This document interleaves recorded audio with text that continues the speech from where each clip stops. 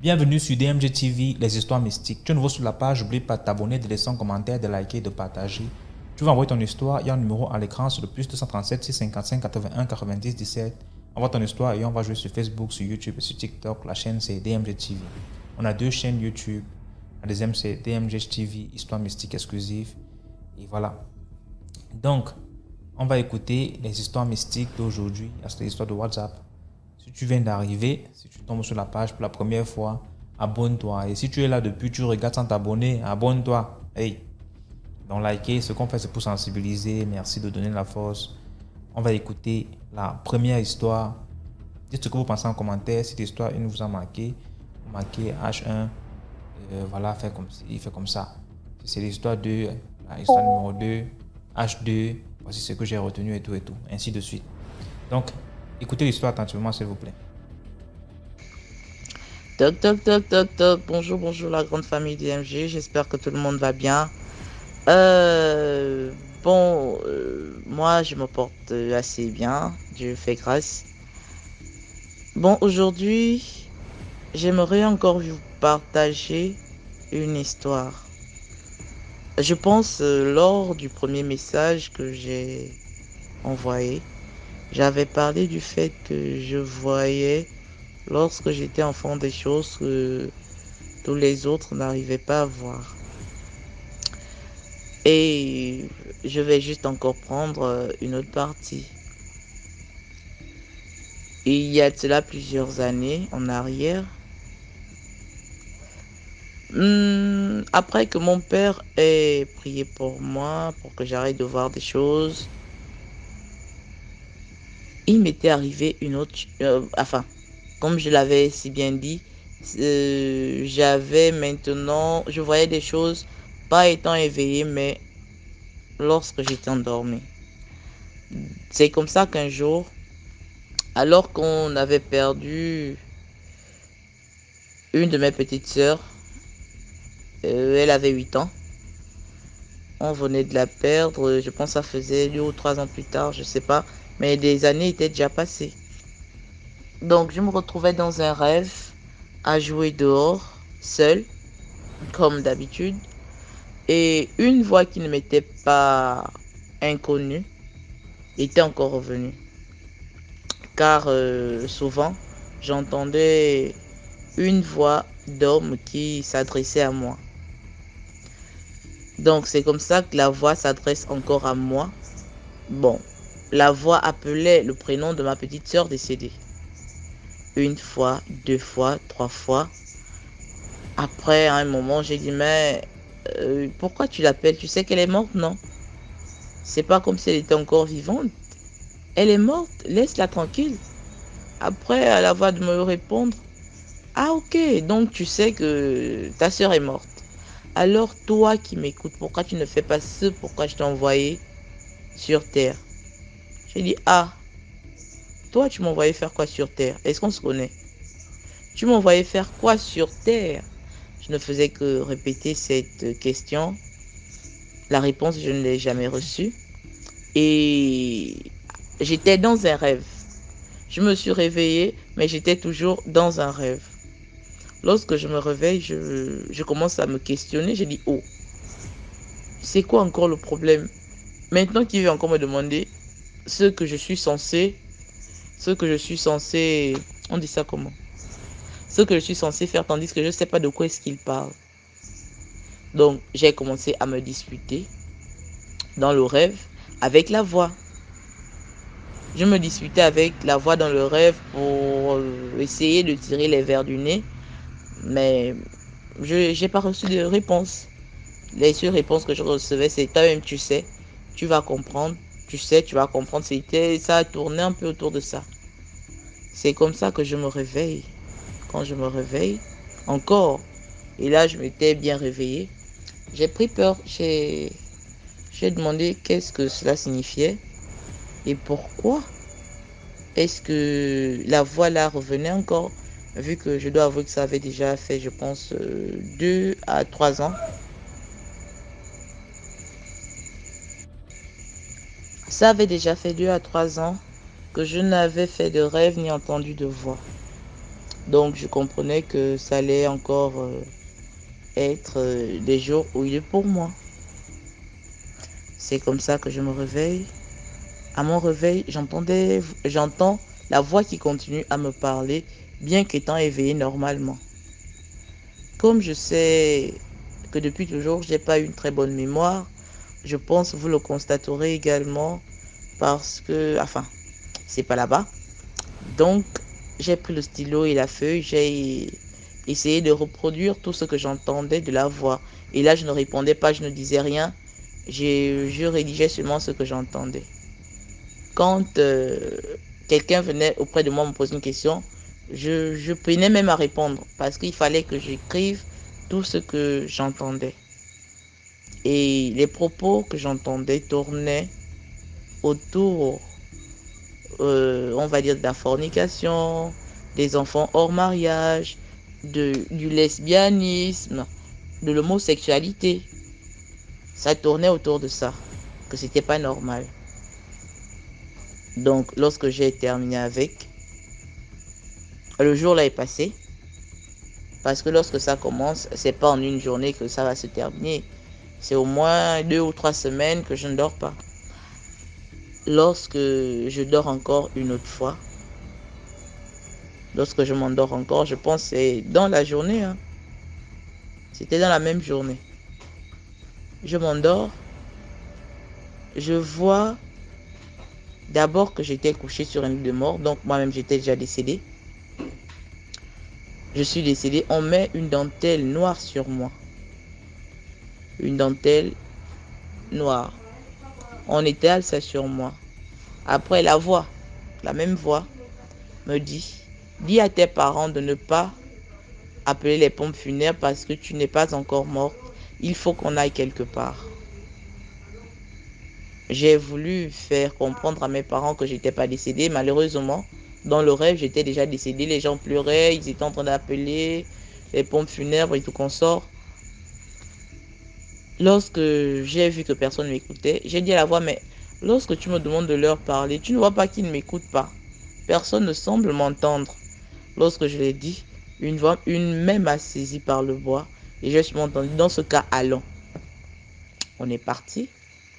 Quand on part, je trouve au moins, je dis bien au moins, si c'était insuffisant, c'était au moins 40-50 cercueils de pasteurs avec des toges noires et leur col blanc là, dans les cercueils. Ils étaient tous allongés. J'avais reconnu plusieurs, parmi lesquels mon père. C'est comme ça que je dis, c'est quoi ce problème? C'est quoi ça? À la voix de me dire, voilà ce qui va arriver, vu que ils ne comptent pas, ils ne veulent pas respecter l'engagement qu'ils ont pris. Alors ils devront passer par là. J'ai dit, maintenant, pourquoi est-ce que je viens voir ça? Moi, je ne suis pas pasteur. Papa est pasteur, c'est lui qui a pris l'engagement. Toutes ces personnes-là, je tairai les noms, mais je les appelais tontons tous parce qu'ils étaient souvent avec papa, les tontons tels, les tontons tels, les tontons tels. Eux, ils ont pris l'engagement. Pourquoi est-ce à moi que tu vas montrer ça? Je me suis réveillée. Et dans la même journée, enfin le matin vers 11h, oui, le lendemain matin vers 11h, on me dit mon père est décédé. Pour moi, c'était, vu qu'on est africain, moi j'ai pensé que c'était une manière pour mon père de venir me dire, en fait, je suis en train de partir. Donc j'ai banalisé. Après ce rêve, j'ai encore fait un autre. C'est tellement confus. Mais je sais une chose, après que j'ai fait le rêve des pasteurs, après le décès de mon père, bien sûr, au moins 15 sont passés. Il ne s'agissait pas seulement des pasteurs de l'église évangélique du Gabon, non, mais de tous les pasteurs du Gabon. Peu importe.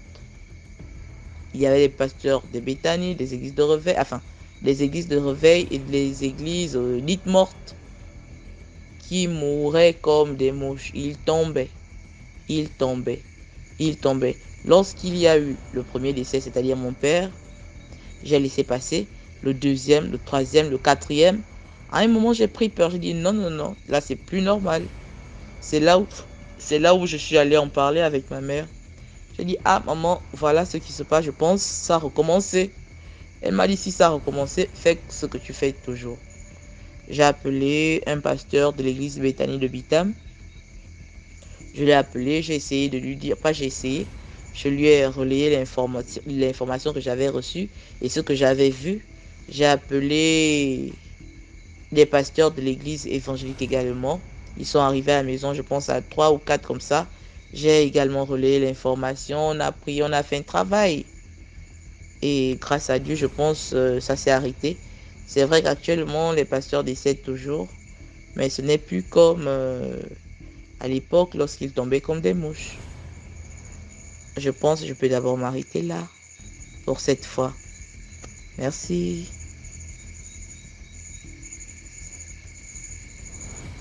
Voilà, merci beaucoup pour l'histoire.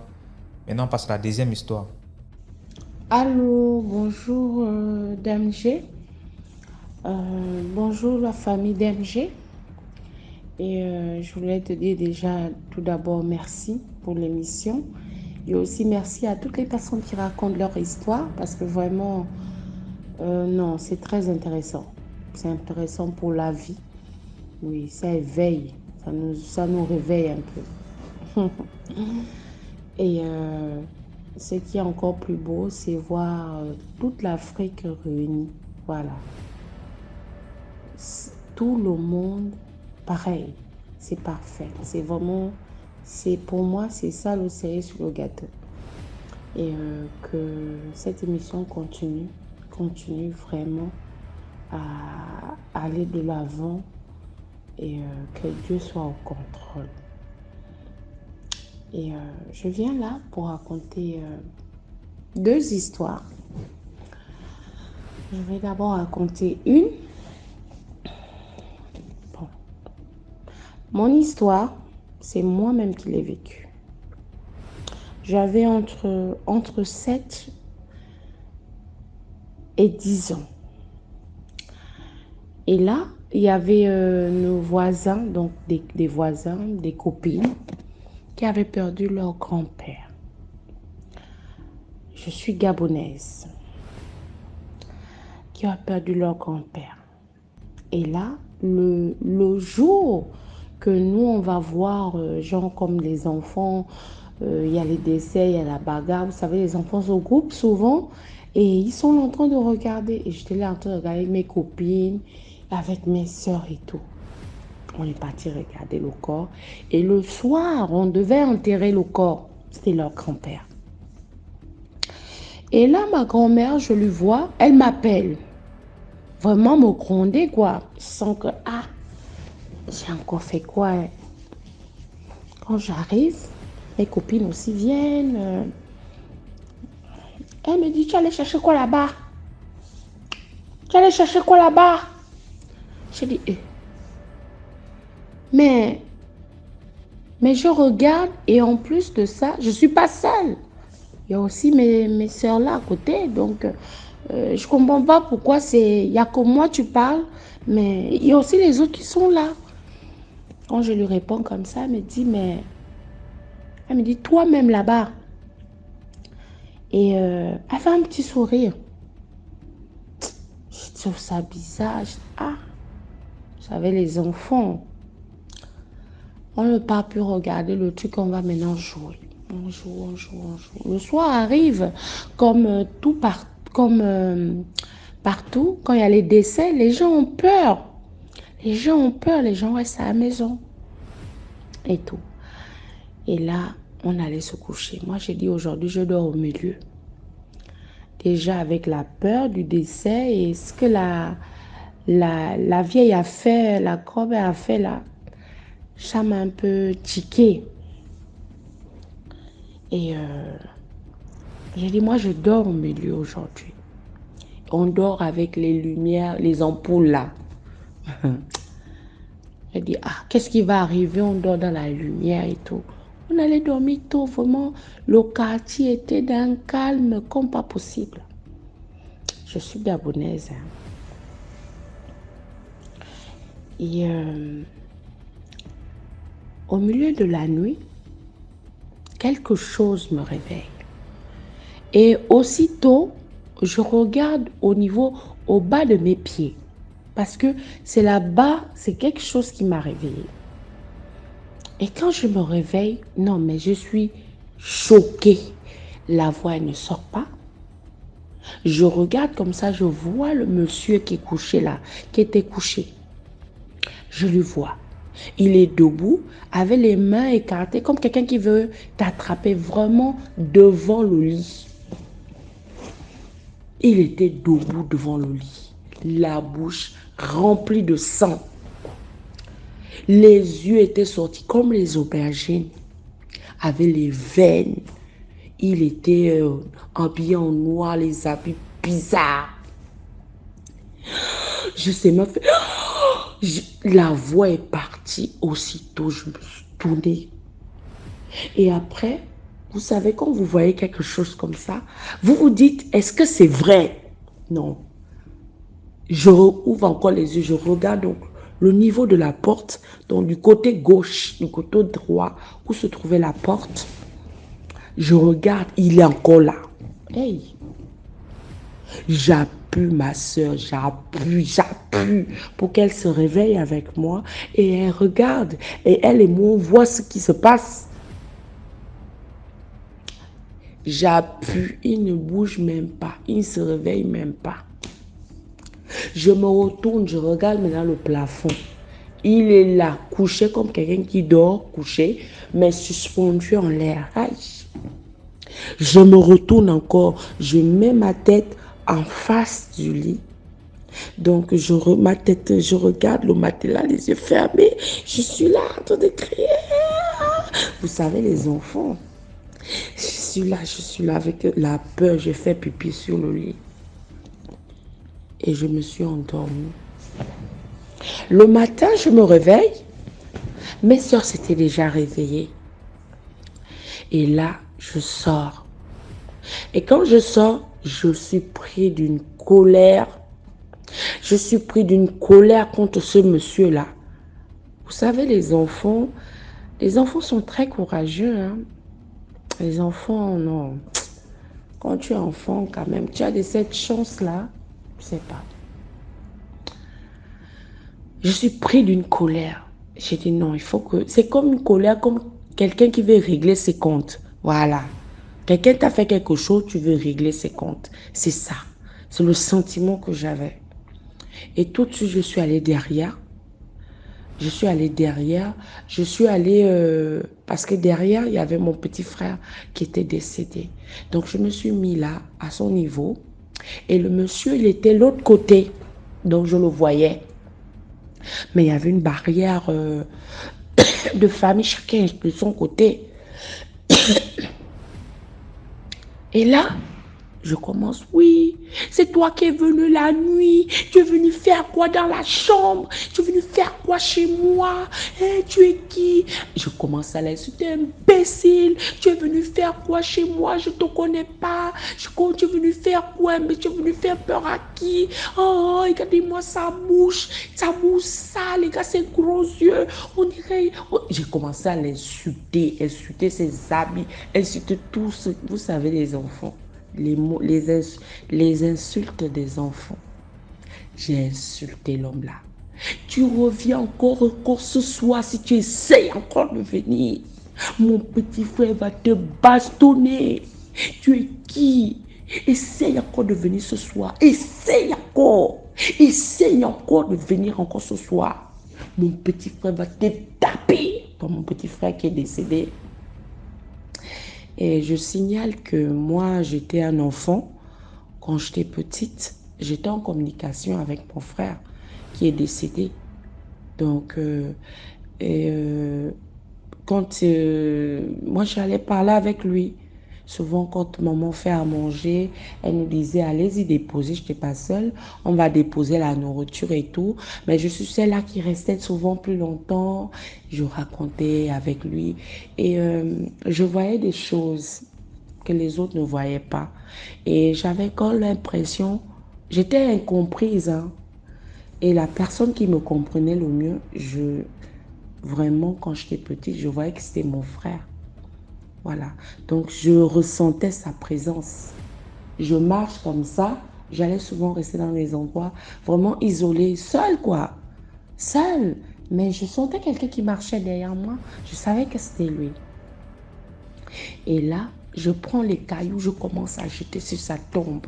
Les cailloux, je jette sur sa tombe. Les bois, je jette sur sa tombe. Et puis encore, essaye encore de venir ce soir. Essaye encore de venir. Tu vas voir, mon frère va te frapper. J'étais en colère. Je voulais vraiment régler mes comptes. Et quand j'ai fini, je suis rentrée, j'en suis repartie à la maison. Je vous jure, je n'ai plus jamais revu cet homme. Il n'a plus. J'ai vu encore des membres de leur famille décédés, mais lui, plus jamais. Mais je les voyais comme ça, quoi, qui passaient, mais lui, je ne l'ai plus jamais revu.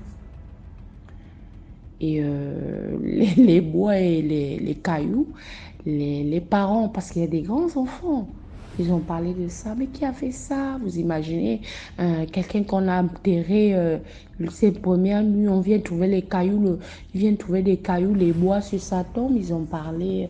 Oh, ça c'est quoi ça? C'est qui a fait ça? Ils ont enlevé et tout. Oui, ils ont enlevé. Mais voilà, c'était mon histoire. Et c'était mon histoire que j'ai vécue. Vraiment, c'était ça mon histoire. Et si tu me permets, je vais raconter la deuxième maintenant histoire. Merci beaucoup pour l'histoire. Maintenant, on passe à la troisième histoire. Bonjour, bonsoir à toute la communauté DMG. Voilà, ça dépend de l'heure à laquelle vous allez écouter mon histoire. Donc, je m'excuse déjà pour tous les bruits ambiants. C'est vraiment indépendamment de ma volonté. Voilà. Donc, l'histoire que je vais raconter aujourd'hui, c'est mon histoire. Cette histoire s'est passée il y a plusieurs années. Je me rappelle que j'étais en classe de seconde, j'avais 17 ans. Je venais à peine d'entrer dans mon deuxième trimestre. Et par la grâce de Dieu, j'avais très bien travaillé mon premier trimestre et tout. Donc, c'était vraiment des belles années pour moi. Et je ne peux pas imaginer que ce qui m'est arrivé devait m'arriver. Donc, comme je disais, j'avais 17 ans. Et avant que je ne tombe malade, je me rappelle qu'il y avait une de mes tantes qui était venue une rendre visite. Elle cherchait ma mère. En fait, elle s'est arrêtée à 100 mètres de la porte principale. Et moi, j'étais assise dehors. J'étais assise à l'escalier qui était en face de la maison et tout. Et elle m'a dit bonsoir. J'ai répondu bonsoir. Après, elle m'a demandé, ta mère est là? J'ai dit non, elle n'est pas là. Après, elle a dit ok, je vais repasser. J'ai dit ok. Elle est partie aussi rapidement qu'elle est arrivée. Sincèrement, elle est arrivée juste comme ça et elle est repartie juste comme ça. Je me suis dit ok. Je ne me rappelle plus trop si j'avais dit à maman qu'elle était passée ou pas. Ça, sincèrement, je ne peux pas me souvenir. Ça remonte vraiment. Ça remonte vraiment. Et quelques jours après, je suis tombée malade. Je me réveille un matin, je vais en cours. Et je me rends compte que j'ai les yeux totalement jaunes. On me faisait remarquer, mais pourquoi tes yeux sont jaunes? Pourquoi, etc. Je me disais que, je sais pas. Sûrement, j'ai mangé quelque chose qui n'est pas passé. Peut-être que c'est une allergie, un truc dans ce sens. C'est ce que je me disais au début, en fait. Mais les jours qui ont suivi, autant pour moi, ma santé a s'est dégradée. Ça ne faisait que se dégrader de jour en jour. Et à un moment donné, je me disais que c'était peut-être le palu parce que je vomissais, voilà. J'avais de fortes fièvres. Je vomissais et après à un moment donné, une semaine ou 10 jours après, j'ai commencé à pisser le sang. C'est là où j'ai commencé à m'inquiéter en fait. J'ai dit à ma mère que non, ça c'est pas le palu, il faut que j'aille à l'hôpital. Maman était très confiante parce qu'elle utilisait des médicaments traditionnels. Je pense qu'elle ne pouvait pas savoir exactement ce qui se passait. Et je me rappelle que un matin, j'ai dit non, je ne peux pas rester à la maison comme ça. Il y avait un de mes voisins qui était là. Et qui a pris sur lui la responsabilité de m'amener à l'hôpital. Il m'a amené à l'hôpital le jour J. Quand on arrive à l'hôpital, mon beau-père a suivi derrière nous. Dès qu'on arrive à l'hôpital, on était au service des urgences. Et l'infirmier qui était là a carrément balancé à mon père une phrase en disant que non, mais pourquoi vous l'avez mené ici? De toute façon, elle est déjà morte. Je me rappelle que j'étais mi-consciente et mi-inconsciente. J'avais les yeux à demi ouverts, en fait. J'avais vraiment la sensation de partir. J'avais vraiment l'impression que là, c'était la fin de ma vie et tout. Donc, il y avait un autre infirmier qui disait que non, comment tu peux parler comme ça et tout, etc. Bon, c'était juste pour ouvrir une parenthèse. Donc, ensuite, on m'a transporté en réanimation. On m'a emmené en réanimation parce que j'étais vraiment, vraiment déjà en train de partir. Je me rappelle que j'avais fait 3 jours. 3 jours en réanimation. Non, 2 semaines, autant pour moi, excusez-moi, 2 semaines en réanimation. Voilà, j'étais là, j'étais en réa et tout. Sincèrement, je ne comprenais pas ce qui m'arrivait. Et on m'avait découvert avec une maladie, l'hépatite B. Cette hépatite B a causé des dommages pas possibles dans mon corps, dans mon système digestif. Donc, je n'arrivais plus à manger normalement. J'avais de l'eau dans mes poumons et mon cœur ne battait plus normalement. Il a fallu qu'on me place un cathéter sur la cuisse pour que je puisse faire des dialyses. Faire des dialyses afin que tout puisse revenir à la normale. Mes reins c'était pas possible.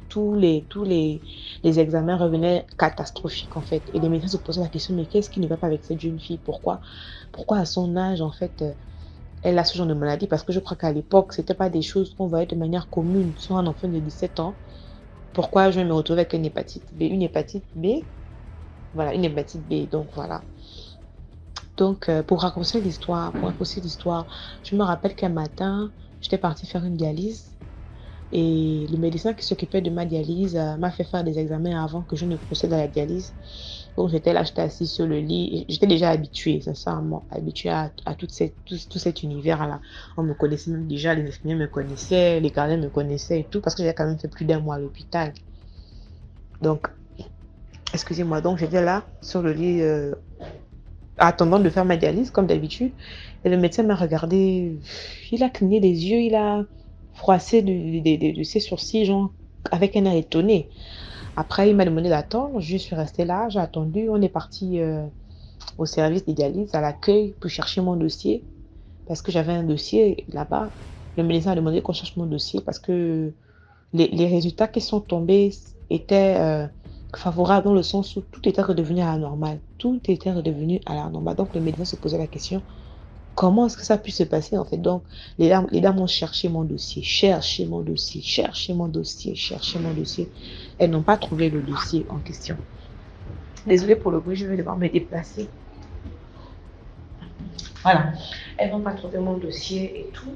Donc, après, le médecin m'a demandé de remonter dans ma chambre. Moi, je me disais qu'il y avait sûrement un souci parce que tout ça, je n'ai su ça qu'après.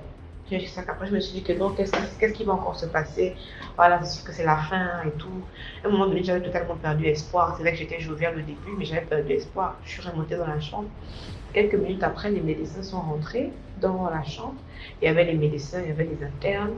Je me rappelle qu'il y avait le médecin principal, dont je me rappelle encore du nom, mais je préfère taire son nom par discrétion également. Il était là, il m'a posé des questions, etc. Après, il m'a regardé de manière intense. Après, il m'a dit que ça ne peut être autre chose qu'un miracle. Et ensuite, ils sont tous sortis. Comme ça, je me suis dit que, qu'est-ce qui ne va pas? Et le médecin qui était en charge de mon cas est revenu après dans la salle, me dit que non, tu es guéri. Je suis restée genre, comme si je n'ai pas entendu en fait le mot guéri. J'ai dit non, c'est pas possible. Guéri, c'est-à-dire, il a essayé de m'expliquer que non, tout est redevenu à la normale. On a fait des examens de sang. Parce qu'après, on m'a encore fait refaire d'autres examens. On a fait des examens de sang, tout est devenu à la normale et tout. Vraiment, c'est un miracle. On n'arrive pas à comprendre ce qui se passe, etc. etc. J'étais là comme mi-joyeuse et mi-suspicieuse. Je ne savais pas dans quel état d'esprit je devais me mettre. Ensuite, les parents sont arrivés, maman est arrivée, elle était tellement contente et tout et tout. Ils ont signé la décharge parce que je devais sortir quelques jours après, je crois 2 ou 3 jours après. Mais je dois avouer quand même que avant que je ne puisse être totalement guérie, au-delà du fait que les gens ont prié pour moi, les gens venaient dans ma salle, dans ma chambre pour prier pour moi, la famille priait pour moi, les amis, les camarades de classe priaient pour moi et tout, etc. Tout le monde a vraiment été bien envers moi. Je dois avouer que, comme je le disais, à la veille, j'avais fait une petite prière, vraiment une prière de rien du tout.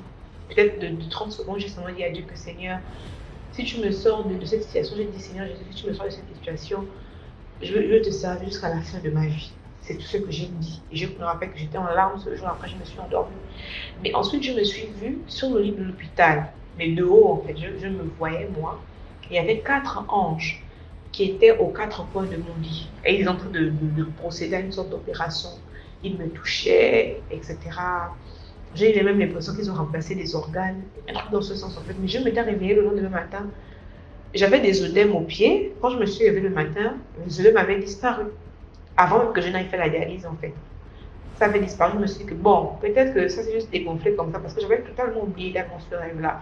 C'est quand j'étais rentrée à la maison que je m'étais rappelé que j'avais fait ce rêve également et tout. Donc quand je suis rentrée, j'ai rendu grâce à Dieu, etc. et tout et tout. Mais la partie la plus mystique, c'est que quand je suis revenue à la maison, le lendemain, je me suis rappelé que j'avais fait un rêve aussi la veille du jour où je suis tombée malade. Dans ce rêve-là, je ne sais pas si c'était un rêve ou une vision ouverte, je ne sais pas trop comment expliquer ça. J'étais allongée sur mon lit, sur le dos. Et à un moment donné, j'ai ouvert les yeux. Et quand j'ai ouvert les yeux, j'ai vu la silhouette d'un homme juste en bas du lit, à côté du lit. Le monsieur me regardait droit dans les yeux. Et ce que j'ai remarqué, c'est que son regard était comme des lasers verts. Ça m'a directement touché dans les yeux, en fait. Et ensuite, j'ai refermé les yeux, je me suis rendormie. Mais curieusement, ce souvenir n'est revenu que lorsque je suis revenue chez moi, que je me suis retrouvée dans la même position. Et que voilà, quoi. Je me suis dit que non, ça, je ne m'en souviens pas. Pourquoi c'est maintenant que je m'en souviens? Donc voilà, je ne sais pas si c'était une histoire mystique, mais je sais une chose, c'est que cette maladie ne peut pas venir comme ça du jour au lendemain. Je me pose toujours des questions aujourd'hui. Je me suis dit par la suite que peut-être que je me suis retrouvée à marcher sur quelque chose. C'est ce qui se disait dans les coulisses, dans la famille, que non, elle a marché sur un fils nourrichu qui n'était pas destiné. C'est pour ça qu'elle a eu la grâce d'être en vie. Je pense que ce fils nourrichu n'était sûrement destiné à ma mère, mais je ne veux pas tomber dans les conclusions en pensant que c'était X ou Y. Donc voilà, je voulais juste vous interpeller en fait. Vraiment, la seule personne qui aurait pu résoudre mon histoire, c'était Jésus. J'ai donné ma vie à Christ par la suite. Aujourd'hui, par la grâce de Dieu, je me porte très bien. Donc voilà, c'était l'histoire que je voulais partager. Donc, passez une très belle journée et puis, par la grâce de Dieu, c'est que je reviendrai pour partager notre histoire. Désolée si mon histoire est longue. Merci beaucoup. Merci beaucoup pour l'histoire. Maintenant, on passe à la 4e histoire. Bonjour, monsieur. Je vous suis il n'y a pas tellement longtemps de cela et j'ai été vraiment captivé par certaines histoires que j'ai écoutées. En particulier l'histoire d'une dame qui racontait son vécu concernant cette paralysie du sommeil. Et voilà. Et c'est une petite histoire que je vais vous raconter. En fait, j'ai été moi-même victime de cette paralysie du sommeil. Donc l'histoire c'est la suivante. En fait, je vis seul. J'ai une femme et un enfant mais qui ne vivent pas avec moi. Donc j'ai pour habitude de vivre seul dans la maison. Voilà, je quitte le travail assez tard et je rentre vraiment assez tard aussi. On peut dire 22h, 23h. Moi je suis ivoirien. Et un jour comme ça, je suis rentré du travail très très fatigué. Voilà, j'ai acheté la nourriture, je suis venu, j'ai mangé, j'ai fermé la porte et tout, voilà. Et je me suis endormi dans le divan, laissant la télé allumée et j'étais couché sur le dos. Étant couché sur le dos, bon, je dormais normalement. Et tout d'un coup, dans mon sommeil, j'ai senti que j'étais bloqué en fait. Je ne comprenais pas ce qui arrivait, je sais pas. J'étais bloqué. Je veux me réveiller, je sens que je veux me réveiller, je suis conscient en moi, mais je ne bouge pas. Tout est bloqué sur moi. J'ai commencé à être paniqué, mais je n'arrive pas à bouger. Je veux crier, rien, je ne sais pas qui appeler, je ne sais pas, je n'arrivais pas à comprendre vraiment ce qui m'arrivait. C'était vraiment difficile pour moi. Et donc, j'ai essayé de prier, je fais des trucs, j'ai tout fait. C'est impossible de bouger. J'ai commencé à avoir peur, vraiment, vraiment peur. Jusqu'à ce que j'ai une certaine force en moi, crier. Quand j'ai crié maman, c'est comme si j'ai été projeté du divan et je suis tombé sur la table du milieu. En fait, j'ai heurté la table, je suis tombé. Et tout d'un coup, je me suis réveillé, je regarde autour de moi, il n'y a rien, la lumière est allumée, la télé est allumée, je ne sais pas, je ne comprenais pas ce qui m'arrivait. Et j'étais étonné. Je me dis, mais qu'est-ce que c'est que ça? Donc j'ai commencé à prier et je me suis rendormi, mais cette fois sur le ventre. Bon, après les jours sont passés et une deuxième fois encore, je suis venu me coucher. Et toujours dans le même divan, mais cette fois-ci j'étais couché sur le ventre. Et j'ai fait un rêve dans lequel il y avait des gens qu'il fallait éviter. C'était comme si on était dans la forêt. Et il fallait éviter certaines personnes. Et voilà. Et moi, je suis allé me loger dans une cachette où c'était comme un buisson. Quand je suis entré dans cette cachette-là, j'ai senti une odeur, bon, comme une odeur de corps. Bon, pas quand je dis corps humain, c'est pas un corps de composition, mais une odeur de sueur humaine. Surtout sueur masculine. Donc, j'étais là, je n'arrivais pas à comprendre. Un coup, j'ai senti mes pieds s'alourdir. Et je me suis rappelé que j'avais eu déjà ce sentiment-là. J'ai commencé à paniquer, mais cette fois, j'ai soulevé mes deux mains. J'ai formé un point, j'ai soulevé mes mains étant couché sur le ventre, mais j'ai soulevé mon buste en fait. Quand j'ai soulevé mon buste, j'ai essayé dans mon rêve de regarder en arrière et quand j'ai tourné la tête dans le rêve, j'ai vu une grande dame vêtue de blanche arrêtée à ma gauche et elle me regardait sans expression dans le visage, c'est-à-dire qu'elle n'avait aucune expression, mais elle me regardait.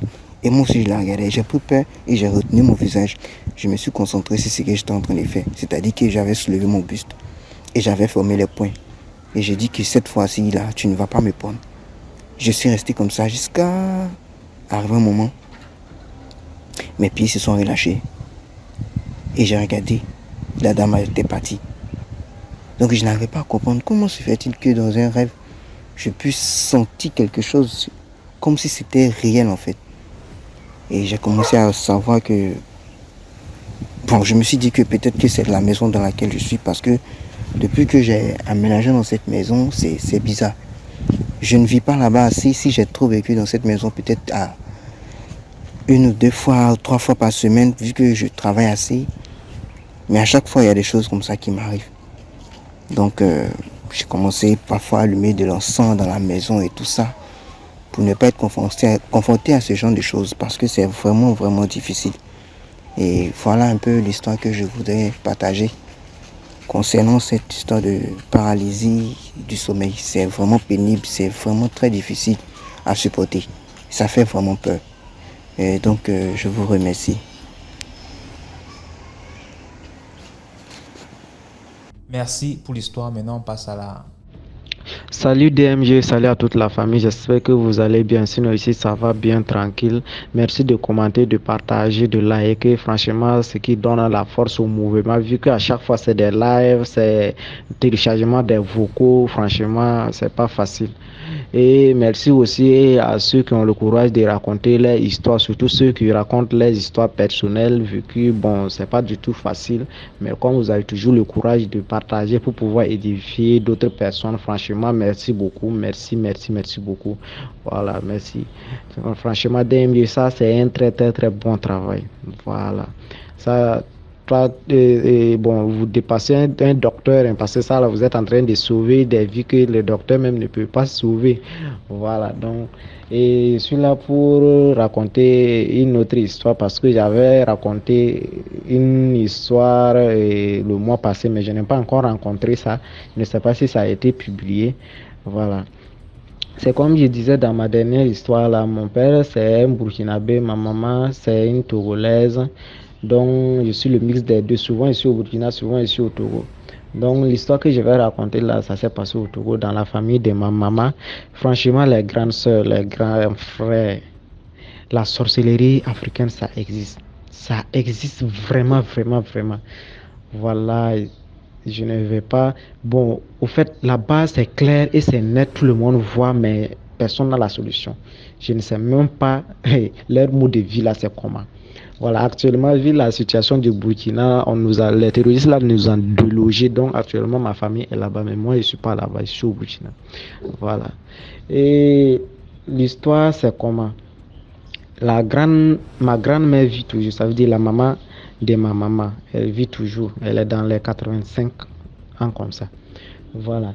Donc depuis l'an 2000, les sorciers, ça veut dire tout le village là, tout le village, ce sont des sorciers seulement. Tout, même les jeunes, les enfants, tu ne sais même pas qui est qui, tout, ce sont des sorciers seulement. Donc depuis l'an 2000, ils ont essayé de transmettre la sorcellerie là, à ma grand-mère. Donc ils ont tout fait, ça n'a pas marché. Quand on lui donne la nourriture, il prend, il jette la cola, il ne mange pas, tout. Donc ils ont lancé des sorts, genre des serpents, des scorpions. Quand ce scorpion le pique comme ça, là, ça peut faire des semaines, des mois, ça ne finit même pas. Mais par finir, ça finit. Mais dernièrement, là, on a lancé un sort aux cuisses et bon, ça l'a tellement déstabilisé que actuellement là, elle boite. Actuellement là, elle boite. Donc, comme ils ont essayé de la transmettre, ils n'ont pas pu. Ils ont essayé de suivre maintenant ces enfants. Et c'est là que l'histoire commence. C'est un jour, bon, ça concerne mon oncle, le petit frère direct de ma maman. Et un jour, ils étaient couchés dans la chambre avec sa femme, avec ses enfants. Et sa femme a fait un rêve. Et dans le rêve, il y a 3 vieilles qui étaient venues pousser la porte pour entrer à l'intérieur. Et la femme était à l'intérieur en train de pousser la porte pour ne pas qu'ils puissent rentrer. Donc finalement, comme ils étaient 3, elles ont pu pousser. Au moment de rentrer, la femme a sursauté, elle s'est réveillée et elle a vu un chat qui courait dans la chambre et le chat est sorti. Elle a réveillé son mari et bon, elle a vu le sang sur le lit. Elle a demandé à son mari à savoir si le sang là vient d'où. Son mari a dit que lui ne sait pas. Bon, il a vu qu'il y a son dos qui grattait, donc il a essayé de voir. Il a vu qu'il y a une petite, on dirait quand on pique un seringue et puis le petit trou qui est là, c'est là-bas le sang a sorti. Mais bon, comme ça ne faisait pas mal, ça ne faisait rien, bon, ils n'ont pas pris ça au sérieux, ils ont laissé ça comme ça. Donc 2 jours après, l'oncle partait dans la grande ville. Sur la route, il a fait un accident. Quelque chose l'a pas cogné, il n'a pas cogné quelqu'un, il est tombé comme ça. Quand il est tombé aussi, il n'a pas eu blessure comme ça, mais c'est la moto qui s'est renversée sur son dos. Où il y avait eu piqûre de trucs là. La moto là est tombée là-bas et le chapeau a brûlé son épaule et collé avec son bras. Tellement ça a brûlé. Je dis, ça pouvait atteindre le bout de seau là. Quand tu prenais un seau, même tu mets ça, on dirait ça ne peut pas. Non, ça avait tellement brûlé que on l'a mené à l'hôpital. Bon, il a repris ses sens, on l'a bandé et puis il est revenu à la maison. Bon, lui aussi, c'était pas un chrétien, c'était pas un musulman. Donc, il s'est levé, débrouillé, il est parti chez les féticheurs. Bon, il a consulté. On a dit que non, que c'est les sorcières là de sa famille. Donc, comme ils ont essayé de suivre la maman, ils n'ont pas pu. Donc, ils ont essayé de les suivre maintenant. Et ils veulent leur vie à tout prix. Donc on l'a montré, c'est un truc qu'il devrait faire, il est revenu, il l'a fait, bon ça allait un peu. Maintenant les habits, les chaussures qu'il a fait accident avec ça là. Quand il rentrait dans la maison, il voit les chaussures se transformaient en chat et ça courait dans la maison là. Ça fait, première fois il n'a pas prêté attention, il a dit que peut-être il a halluciné quelque chose comme ça. Deuxième fois même chose, troisième fois même chose. Donc il a appelé pasteur est venu prier et puis il a pris chaussures là, partir avec, je ne sais pas ce qui s'est passé là-bas. Mais avant ça, ils ont un enfant, leur Benjamin, c'est quelqu'un, il est né circoncis. Voilà, il est né circoncis, c'est un garçon, je ne sais pas comment on appelle ce genre de personnes, chez nous on les appelle les génies. Voilà, quand l'enfant là, lui, ne s'entendait jamais avec les vieilles du village là. Quand il voit une vieille seulement là, il l'insulte, il ramasse des cailloux, il lance, c'est comme ça, c'est un enfant de 2 ans. Il lance, il fait tout. Surtout quand il voit un chat seulement là, oh là là, il peut lancer ce chat là jusqu'à... Non. Donc c'était des signes comme ça veut dire c'est l'enfant là même qui les tenait. Sinon... Qui les faisait peur au truc là, aux sorciers là. Sinon, depuis là, ils allaient atteindre l'oncle là. Donc, c'est quand il est parti chez les Marocains, on a dit que non, qu'il allait prêter attention aux gestes de l'enfant là, parce que depuis là, il guettait, mais c'est l'enfant là qui les bloquait. Donc, finalement, ils ont réussi à le faire. Excusez-moi, je suis à côté de l'aéroport, il y a des avions qui passent, donc j'ai dû mettre une pause. Voilà. Donc, comme ils ont voulu tuer l'oncle, bon, l'accident là, c'était qu'il meurt, quoi. Mais finalement, son esprit était un peu triste, donc il n'a pas pu. Donc, ils ont utilisé la plaie là maintenant comme pommade, pommade. À chaque fois, ils venaient là-bas, les sorciers là venaient là-bas puiser les pommades, aller se pommader. Donc, quand la plaie là commence à finir, et entre-temps, ça revient encore. Donc, c'était comme ça pendant. Bon, vu que dans la famille aussi, il y avait un grand frère qui était féticheur, il soignait les gens, il faisait tout. Donc, il a suivi les traitements comme ça traditionnels et que, bon, dans une année comme ça, c'est fini. Voilà. Mais ils n'ont pas laissé. Ils n'ont pas laissé le gars là. Il y a un mois de cela, le gars là venait, il est quitté en ville encore, il revenait. Voici la maison, c'était comme 100 mètres comme ça. Nous, on était assis dehors, on causait, on le voyait venir, mais entre-temps, on a vu la Gassé-Moutou, là, il ne laisse plus gars là jusqu'à qu'elle est venue coigner une maison. Une casse-pile est tombée. Ah, on est parti l'aider à se lever, on a demandé pourquoi tu roulais un peu, mais qu'est-ce qui s'est passé? Il dit que non, que quand il est arrivé à côté là, il y a eu un lion qui l'a poursuivi et donc il a dû perdre le contrôle et il ne savait pas comment faire. Mais malheureusement, il n'était pas blessé. On l'a aidé. Bon, on n'a pas pu ça d'une manière truc comme ça. Voilà. Mais dernièrement, là, aujourd'hui, nous sommes au 5 septembre. Je ne sais pas, c'est le premier ou bien c'est le 3 là. Il m'a envoyé les photos là. Ça veut dire qu'il est parti en ville encore. Il a déposé sa moto, rentré dans un restaurant. C'est pas au bord du goudron, hein, dans les 6 mètres là. On ne sait pas comment ça s'est passé. Et un titan est sorti de nulle part, venir cogner un mur, casser le mur, passer, aller venir cogner la moto, mettre dans les punais, puis casser la moto, la broyer tout. J'ai dit, ça ne peut même pas peser. Même ceux qui vendent les fers là, ça ne peut même pas peser. Heureusement que l'oncle n'était pas à côté du moto. C'est là, on l'a ramené à la maison. Bon, l'oncle n'a plus de moto, il est sorti. On a dit que non, que heureusement qu'il n'était pas à côté du moto. Sinon, c'est lui-même qu'on voulait. C'est pas la moto même qu'on voulait. C'est lui-même qu'on voulait. Donc, le dernier événement, là, ça ne dépasse pas 3 jours de cela. Donc, on ne sait pas ce qui suit encore. Là, c'est compliqué. Voilà. Et dans la même famille, son grand frère, il y a 2 mois de cela qu'il est mort. Ça veut dire le grand frère direct encore de ma maman. Lui, il est mort comment? Lui, c'était un pasteur, mais je ne sais pas comment ça s'est passé. Je ne sais même pas comment ça s'est passé.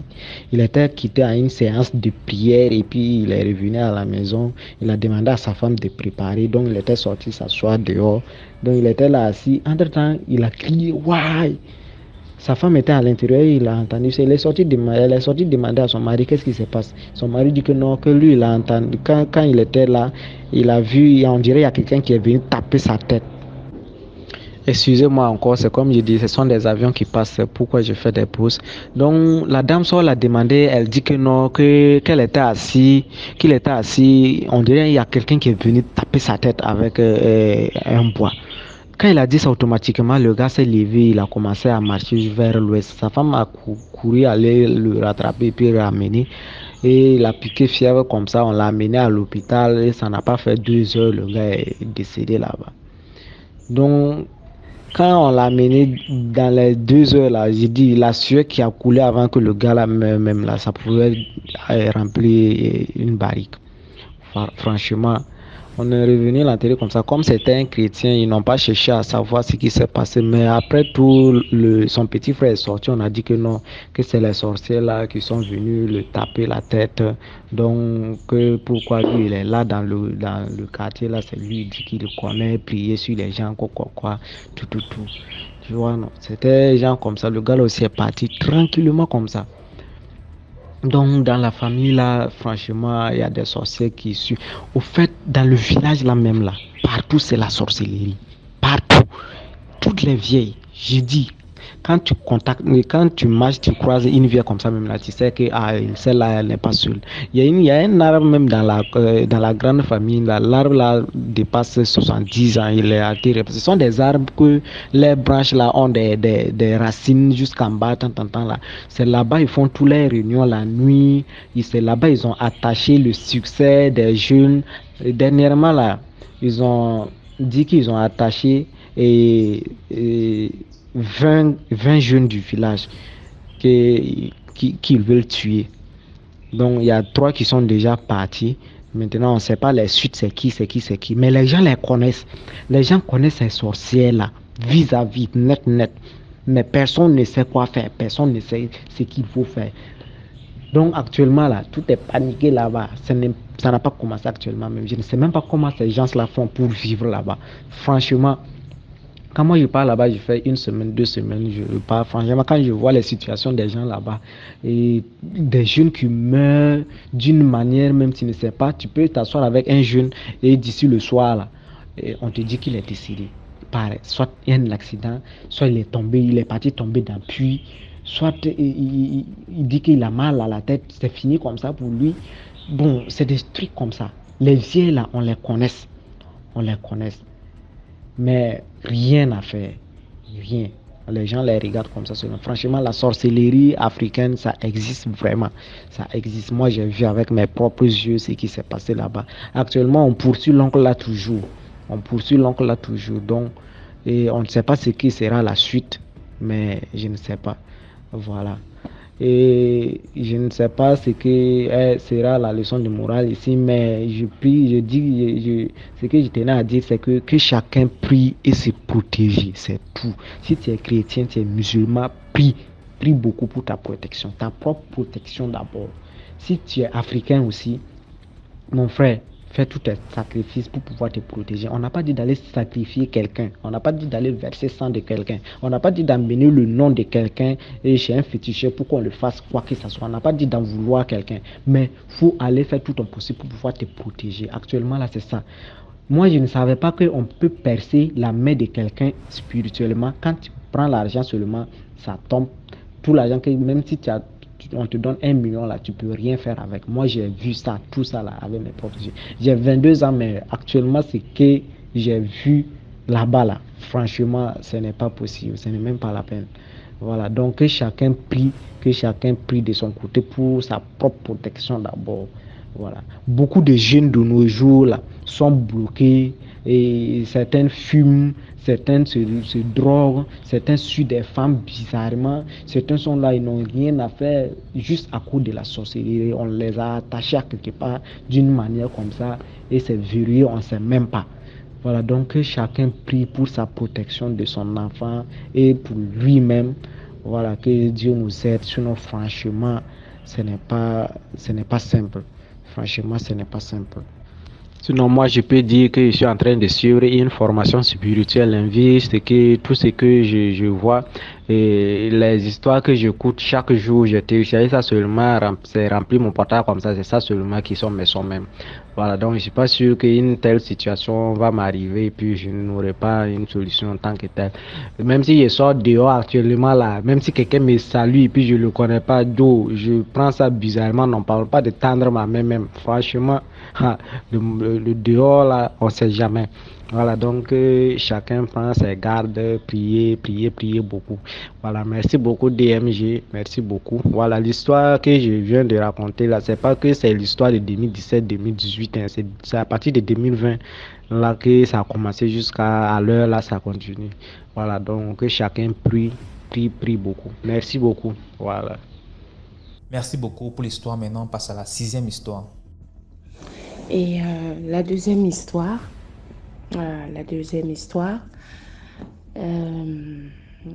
je m'ennuyais. En fait, je m'ennuyais et tout. Je m'ennuyais et une idée me vient. Va un peu enlever. Il y avait une vieille maman, très très vieille, âgée, vraiment vers les 90 ans. Mais vous savez, quand une vieille très vieille, elle fait un peu rire. Et cette femme, généralement, il y avait beaucoup d'enfants qui venaient autour d'elle, la taquiner. Des fois, elle faisait rire les enfants. Des fois, il y avait aussi des grandes personnes qui venaient pour la faire parler. Elle était drôle, quoi. Et moi, je dis, bon, puisque je m'ennuie, l'idée qui me vient, pas une bonne idée, bien sûr. L'idée qui me vient, je dis, bon, l'idée me dit, va enlever un peu quelques bouts. Elle avait un petit jardin où il y avait du manioc, du maïs. Et le cœur me dit, va enlever un peu quelques trucs de manioc. Et puis, pour qu'elle parle et tout, voilà. Je dis, oui, pourquoi pas. je pars chercher mes combis. Donc, je pars chercher mes copines. Donc, les nièces de monsieur que j'étais allée jeter les cailloux et les bois sur sa tombe. Donc, ces petits-enfants qui étaient mes copines, je vais les chercher. C'était deux. Je dis, ben attendez, voilà. Elle dit, oui, nous, on s'en est chaud. Allons. On part. On enlève. Quand on enlève, on se rend compte qu'elle est arrivée. Mais on enlevait plus que ce qu'on disait qu'on allait faire, quoi. Par exemple, on n'allait pas enlever 3. Mais arrivé là-bas, on enlevait peut-être 10 comme ça. On enlevait peut-être 10, quand même beaucoup. Donc, ça nous a nous-mêmes choqués. Ben, quand on la voit venir, elle crie. Oh! Tout ce qu'elle avait dans les mains, c'est tombé. Nous, on se met à fuir. On court. Je cours, on va vite à la rivière, on va à la pompe. On fait semblant. On fait semblant de se laver pour dire que ouais. Et les autres nous ont dit, ben, ça sert à rien de se laver. Hein. On vous a vu. Hein. On vous a vu. Aïe. Le cœur commence à battre. Et là, on se rend compte que quand même, là, l'idée n'était pas bonne. Ce qu'on a fait n'est pas bien. Et là, franchement, on commence à regretter. Déjà, moi, je commence à regretter. Oh, qu'est-ce que j'ai fait? Et tout, vraiment, qu'est-ce qui m'a pris? Je m'en voulais. Et là, quand je rentre à la maison, je dis non. Ma mère était au courant. Comme c'était une femme assez douce, elle ne parlait pas beaucoup. Elle était très douce, très calme et tout. On me dit, bon là, ce que tu as fait là, c'est grave. J'attends ton père. Voilà, j'attends ton père. Parce que là, c'est lui-même qui va te corriger aujourd'hui. Il va te frapper. Hey! Quand j'entends ça, je dis, mon Dieu, mon cœur est fini. Et mon frère vient là-bas. J'ai été trahi. Et mon frère, là, c'était le genre de frère que, hey, tu fais quoi que ce soit, peu importe les jours que ça va faire, il va te trahir. Il était comme ça. Un Judas. Ah, peu importe les jours, il va te trahir. Il était comme ça. Il est même toujours. Bref. Comme j'étais triste maintenant, j'étais mal. Je pars, aller encore rester à côté de la tombe de mon frère, donc mon petit frère qui est décédé. Je vais le retrouver là-bas et je suis assise. Je commence à lui parler et tout. Je dis, et les copines que j'avais appelées, elles aussi, elles viennent. Je commence à parler à mon frère. Elle aussi, elle veut répéter comme moi. Je leur dis non. Moi, je veux parler à mon frère. Il faut que mon frère m'aide. Et puis, elle aussi, elle veut parler à mon frère. Je dis non. Vous ne pouvez pas parler à mon frère. Il ne vous connaît pas. Voilà vos parents qui sont décédés. Va les voir, allez-y les voir. Ils vont vous aider. Allez-y les parler pour qu'ils vous aident. Mais tu ne peux pas demander à mon frère, à moi, il ne va pas t'aider, il ne va pas vous aider. Et tout, elles se sont levées. En même temps, on est venu les chercher. Ça n'a même pas duré. J'ai entendu comme on est en train de les taper. Oh yo. On leur a tapé comme jamais. Et j'étais là avec mon frère. Je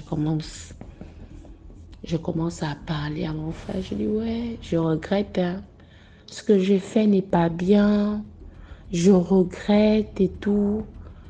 Et tout, mon frère, s'il te plaît, aide-moi. Je vous jure que je voyais mon frère qui venait là-bas. Tu vois le genre de sourire. Je vais te trahir ce soir. Et la maman en question, la vieille dame en question, elle venait faire les tours. Elle dit, Tata est déjà arrivé. Il est déjà arrivé, Tata. Et maman lui répond, elle dit non. Donc elle faisait des tours pour voir à quelle heure papa, il devait arriver. Je dis, hé, là, je suis foutue, quoi. Je suis foutue, j'étais mal. Je regrettais. En plus, c'est moi qui a commencé tout ça. J'ai dit non, j'ai pas d'excuses, vraiment. Mais j'avais peur de mon père.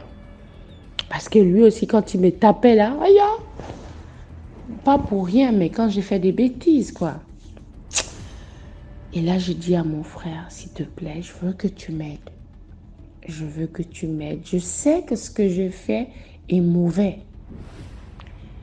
Je te promets que je ne veux plus jamais refaire cela. Je ne veux plus jamais refaire cela. Mais je veux que tu m'aides, s'il te plaît. Je dis, s'il te plaît, je veux que maman, mon frère, la femme là, la maman là, tout le monde oublie. Oublie cette journée. Oublie tout ce qui s'est passé aujourd'hui là. Que ce jour n'existe même pas. Que les gens oublient. Je vous jure que c'est ce que j'ai demandé à mon frère. Je suis restée là-bas en train de parler, jusqu'à le soir étant en train de tomber. Et c'est là où je lui ai dit, bon, moi je te laisse. Je suis partie à la maison. Donc, il était derrière, la maison familiale était juste devant et tout. Je suis partie à la maison. Et vu que tu sais ce que tu as fait, tu n'as pas la joie en fait. J'étais triste. J'étais là. Parce que je savais qu'à tout moment, ça va exploser. Et là, puisqu'on mangeait souvent ensemble, vers 20h, 21h, pas vers 21h, 20h, on fait la table et tout. Mon papa arrive, mon cœur commence encore à battre. Là, bientôt on va te trahir, bientôt. Non, mon cœur battait, j'avais peur. Et là, on se met à table, tout le monde commence à manger. Mais mon papa remarque que je ne mange pas. Il m'appelle par mon petit nom, il me dit, y a quoi, c'est quoi? Pourquoi tu es triste comme ça? Pourquoi tu es malade, tu te sens pas bien? Vraiment, il était genre inquiet. Et là, je dis, hey, mon Dieu, c'est même là où mon frère là va me trahir. C'est là. Ma mère aussi, elle est là. Personne ne parle.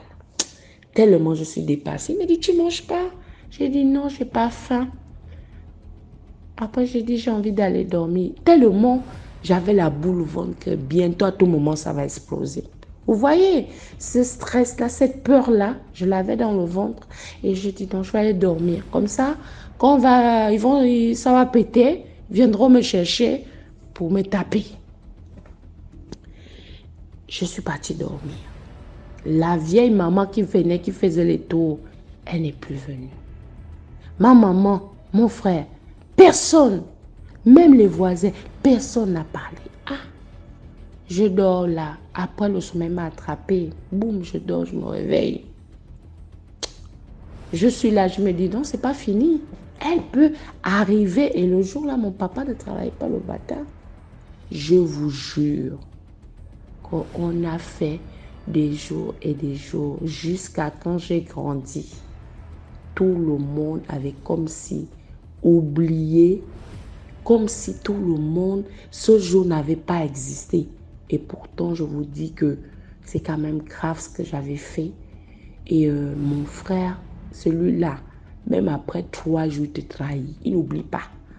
Ma maman, la maman, là, une même question, elle est venue. Je vous jure, jusqu'à on n'a plus jamais parlé de ça. Mais mon papa, on ne l'a jamais parlé de ça. Jusqu'à, quand ça a fait peut-être 4 jours, je suis allée dire à mon frère merci. Et je lui ai promis que je ne veux plus jamais faire un truc comme ça. Et puis, je n'ai plus jamais refait un truc pareil. Et la morale de l'histoire ici, c'est que des fois, quand les autres viennent te chercher, allons, il y a un truc. Généralement, c'est vous qui lui suivez, c'est vous qui restez dans le trou. Et la deuxième aussi, c'est que les morts ne sont pas morts. Les morts ne sont pas morts. Oui, les morts ne sont pas morts. Parce que les morts, ils entendent. Parce que vraiment, la relation que j'avais avec mon frère quand j'étais petite, mais c'est comme si je parlais avec quelqu'un qui me répond comme ça. Donc, ce que je veux dire, les morts ne sont pas morts, quoi. Et merci d'avoir écouté mon histoire. Je reviendrai encore avec d'autres histoires, mais pour le moment, c'est ça.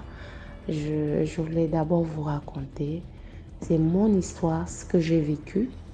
Voilà, c'est toutes ces choses m'ont changé. Grâce à Dieu. Grâce à Dieu. Grâce à Dieu. Vraiment, c'est ça. Merci beaucoup. Et soit bonne journée ou bonne soirée à vous, à l'heure à laquelle vous allez écouter cette histoire. Encore merci DMG pour, pour tout. Et encore merci et bonne journée à vous. Voilà, c'est tout pour aujourd'hui. N'oubliez pas de vous abonner, de partager, de liker. Rendez-vous demain à 12h00 sur YouTube pour une nouvelle vidéo. Partagez, invitez plus de personnes à venir se connecter, à venir raconter leur expérience aussi. Comme ça, on va être de plus en plus nombreux et avoir beaucoup plus d'histoires pour être sensibilisés et tout. Donc, portez-vous bien. À demain pour une nouvelle vidéo.